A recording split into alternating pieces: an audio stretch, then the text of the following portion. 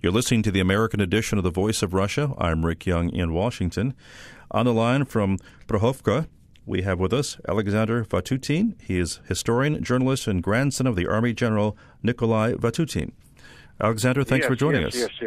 Yes, let's talk about the anniversary of the Kursk battle. Why is this battle so important, not just for World War II, but how military strategy is fought today? Prokhorovka tank battle was important for the World War II because of this battle was the key point of this war. And after this battle, Germans never attacked the Russians and the Russian allies. It was the end of the German offensive, as can I say. That's why Russians today celebrate this battle as the end of the German military activity. Well, wasn't the key role of tanks in this war? Wasn't that the issue, that there was a huge tank war? Yes, it was a huge tank. More than 1,000 tanks from both sides took part in this battle. And to the evening of this day, today, 70 years ago, practically no tanks were active on the battle because all of them were damaged, destructed and damaged. And but on the second day, tomorrow, it could be said, the Germans have no military activity and had no possibility to attack the Russian army.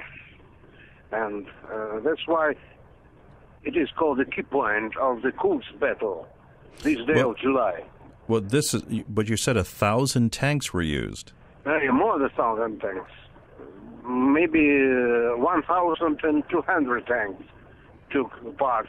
But statistic is maybe not true, but as it was counted later, more than 1,000 tanks took part in this battle.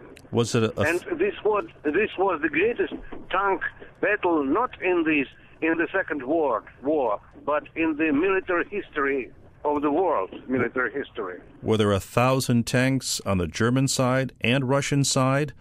Or 1,000? Yes, no.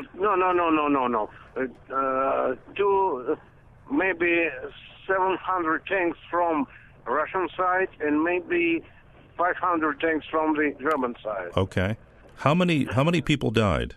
Oh, this was the more maybe from the Russian side, 250,000 people from the Russian side, and from the German maybe. Less, but maybe more than 150 from the German side, as far as I know. Yes, more than. For Russians, it would be offensive battle, right? And it was the maybe because the Russians died more than Germans. So, just so we understand, this was the final offensive of the German army against Russia.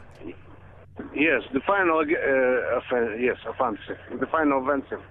After this battle, the Germans never took the offensive battles against the Russian army.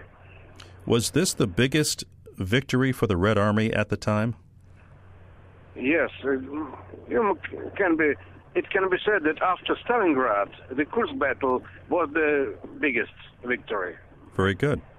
We've been talking with the grandson of Army General Nikolai Vatutin, Alexander Vatutin. He's also a historian and journalist, and we're talking about the anniversary of the Kursk battle. Alexander, thanks for joining us on the American edition of The Voice of Russia. Yes, thank you.